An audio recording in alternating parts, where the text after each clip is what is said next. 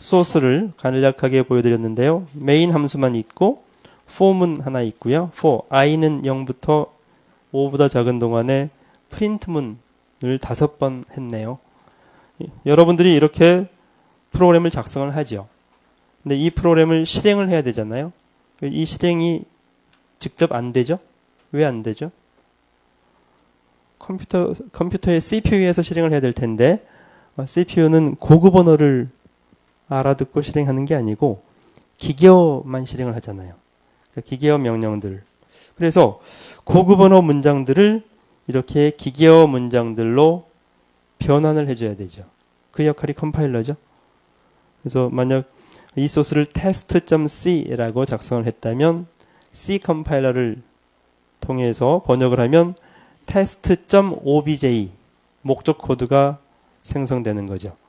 물론 이렇게 고급 언어를 사용하기 싫으면 기계어를 공부를 해서 이 내용을 그대로 기계어로 구현을 해도 돼요. 이진수 0101. 기계어가 너무 어려우면 어셈블리어를 배워서 어셈블리어로 코딩을 하고 기계어로 번역한 다음에 할 수도 있는 거죠. 그러면 어셈블리어나 기계어를 직접 코딩을 하려면 너무 많은 시간이 걸리니까 그래서 우리는 빠른 시간 내에 내가 원하는 소프트웨어를 개발하기 위해서 고급 언어를 배우는 거고 이 고급 언어로 코딩을 하면 번역을 하는 컴파일러가 필수적인 거죠.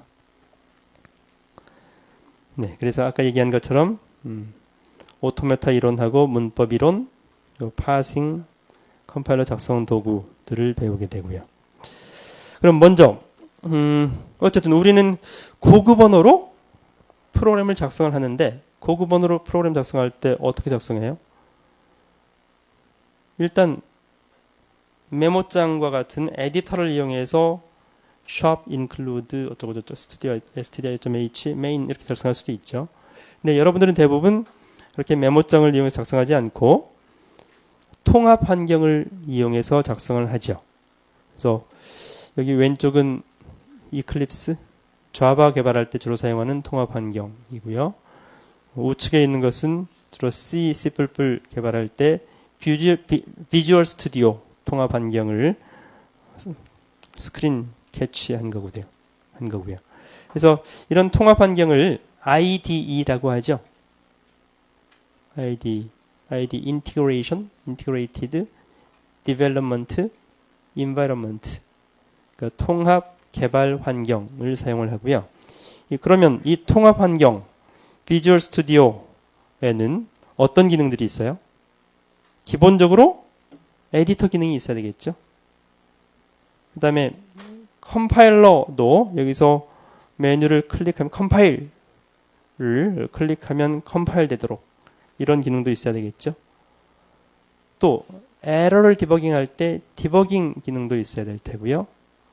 또 내부적으로 링킹, 로딩 이런 기능들도 있어요. 그래서 통합 환경에는 컴파일러뿐만 아니라 이런저런 소프트웨어 개발하는 데 필요한 여러 가지 툴들이 통합되어 있는 환경이 통합 환경이죠.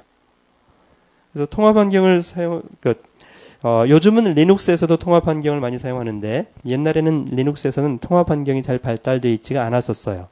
그때는 에디터를 이용해서 타이핑해서 .c 파일 만들고 그다음에 컴파일러 GCC를 이용해서 컴파일을 하는 이렇게 요즘도 그렇게 많이 쓸 필요가 있죠.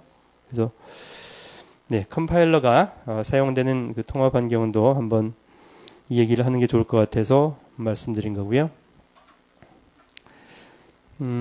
이렇게 통합 환경을 사용하지 않고 GCC 또는 비주얼 스튜디오의 마이크로소프트 C 컴파일러 이름은 CL.ex인데요.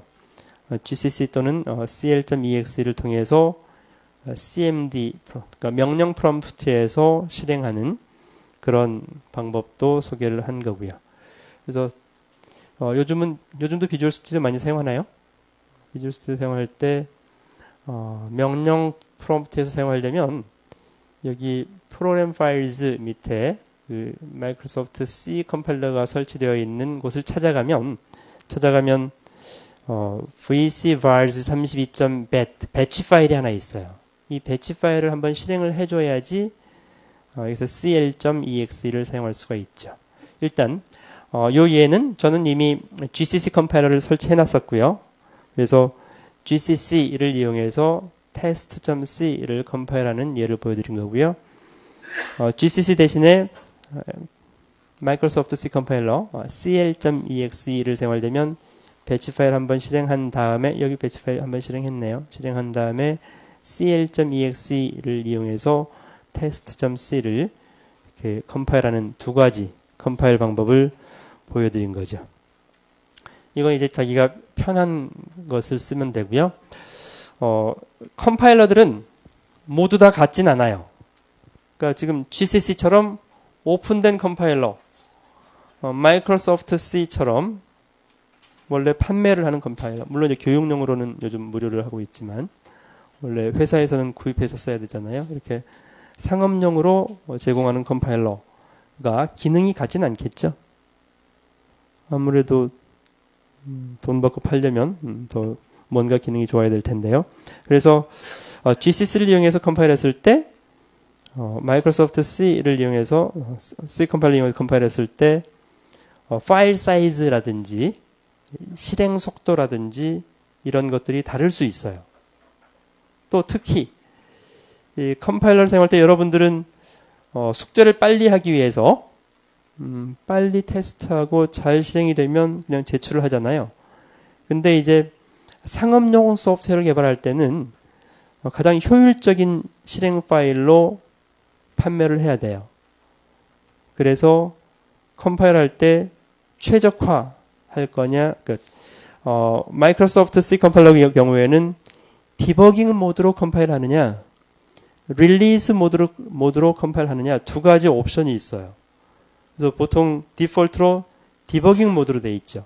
그러니까 디버깅 모드로 컴파일을 하면 중간에 실행 결과가 달랐을 때 스텝 바이 스텝으로 실행해 나가면서 그 상태에서 변수 값을 확인한다든지 볼 수가 있잖아요. 그래서 이제 어디가 틀렸는지 그런 기능이 가능하려면 디버깅 모드로 컴파일을 해야 돼요. 그래서 디버깅 모드로 컴파일하면 그렇게 F10, F9, F10 스텝 바이 스텝으로 실행을 하면서 어떤 값이 어디서 잘못됐는지를 확인하는 거기에 필요한 정보들이 .exe 파일에 포함되어 있어야지 실행하면서 볼 수가 있겠죠. 그래서 실행 파일 크기가 매우 커지는 거죠. 실행 속도가 더 느려지고요. 그리고 릴리즈 모드는 그런 디버깅 관련된 정보들이 빠지고 단지 실행하는 데 필요한 것들만 포함되어 있기 때문에 훨씬 더 효율적이고요. 그래서 실제로 여러분들이 테스트를 해보시면 디버깅 모드로 실행 파일 만들고 첫 번째 파일, 두 번째 파일은 릴리즈 모드로 실행 파일을 만들고 했을 때 시간이 좀 많이 걸리는 실행을 해보면 차이가 커요. 그것도 알고 있으면 좋을 것 같고요.